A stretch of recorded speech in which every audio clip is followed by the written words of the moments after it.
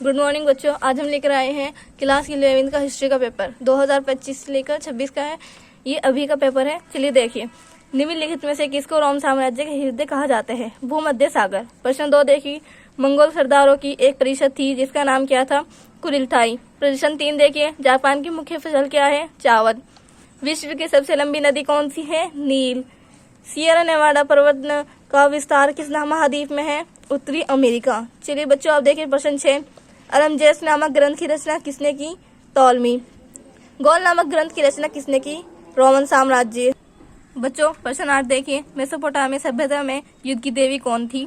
तो आप बता दीजिए, इन्नाना। प्रश्न 9 देखिए, जैतून के तेल के लिए प्रसिद्ध है? स्पेन। प्रश्न 10, जर्मन इतिहासकार लियोपोल्ड वॉन रांके के विद्यार्थी थे? बरखाट। अति लघु देखिए बच्चों, प्रश्न 11 देखिए, पोप के अधिकार लिखिए। बच्चों देखिए, पोप के क्या अधिकार हैं?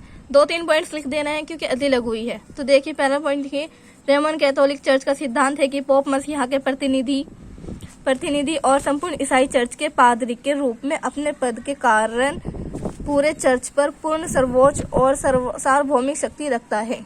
ओके, आपको इतना ही लिख देना है क्योंकि ये अति लघु है। बस आप चाहे तो 1 पॉइंट और बढ़ा लें। पोप रोमन कैथोलिक चर्च के नेता और रोम के बिशप हैं। बस इतना ही, ठीक है। चलिए बच्चों, देखते हैं अगला क्वेश्चन क्या है। प्रश्न 12, संन्यास सेन का जन्म कब और कहाँ हुआ था? तो बच्चों आंसर देखिए, संन्यास सेन का जन्म 2 नवंबर 1886 को चीन के क्वांतिंग प्रदेश के च्यूड नामक ग्राम में हुआ था। ठीक है बच्चों। चलिए बच्चों, आप प्रश्न 13 देख रहे हैं, यूरोपीय समाज के अंतर्गत कौन कौन से 3 वर्ग थे? तो बच्चों देखिए, ये इसका आंसर, यूरोपीय समाज के अंतर्गत 3 वर्गों में पादरी, अभिजात तथा किसान वर्ग शामिल थे।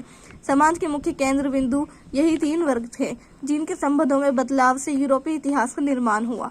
चलिए बच्चों, बिना देरी करते हुए प्रश्न 14 में देखते हैं, मानवतावाद क्या है? अर्थ स्पष्ट कीजिए। चलिए देखते हैं। देखिए बच्चों, इसका आंसर ये रहा, मानवतावाद लातिनी शब्द ह्यूमैनिटीज से है जिसका ह्यूमैनिटीज शब्द बना है। यह एक ऐसी विचारधारा है जो नैतिकता और निर्णय लेने की क्षमता के आधार पर विशेष रूप से अलौकिक और धार्मिक हठधर्मिता को अस्वीकार करते हुए नैतिकता और न्याय का पक्ष लेने पर बल देती है। देखिए बच्चों, प्रश्न 15, मेजी शिक्षा पद्धति का क्या उद्देश्य था?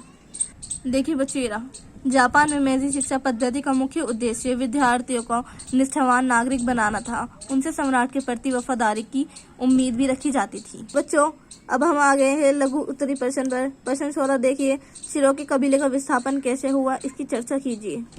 बच्चों ये रहा आंसर, संयुक्त राज्य अमेरिका के मुख्य न्यायाधीश जॉन मार्शल ने 1832 ईस्वी में शिरोकियों के पक्ष में एक निर्णय लिया। बच्चों हमें वीडियो को ज़्यादा बड़ा नहीं बनाना है तो आप स्क्रीनशॉट ले सकते हैं। ये लीजिए, मैं आपको अच्छी तरह दिखा देती हूँ।